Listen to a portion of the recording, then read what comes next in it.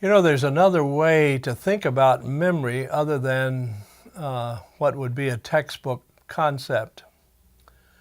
We're actually born with 5 servants. God gives us 5 servants when we're born, and these are what we call our senses. And so our sight and hearing and touch and taste and smell are all servants that help us maintain our physical life and give us our total contact with our environment.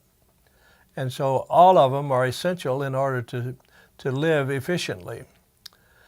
We not only receive these 5 servants to maintain our physical life, but we also have what would be an archive to store the experience of these 5 servants.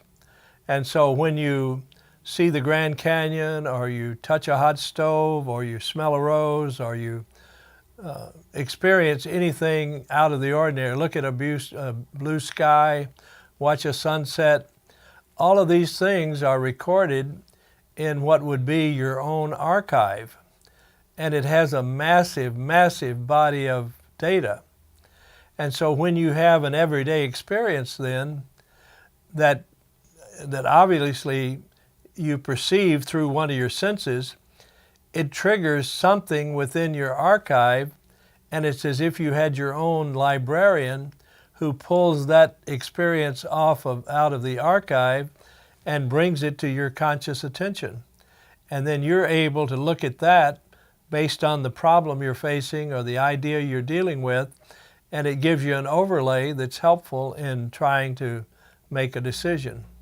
And so once an activity is energized, you really are guided by your intellect in dealing with either a problem or an idea, and then it is energized by your spirit. And once it's energized, then you work toward either a solution or simply giving up on what you're trying to do.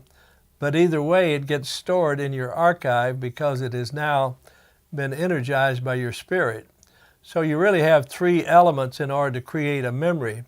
You have an intellectual perception, you have the initiation of a problem or an idea, and you have a response to that problem or idea, which is energized by your spirit and then becomes stored as an experience. Things in your intellect are informational, things in your heart are experiential.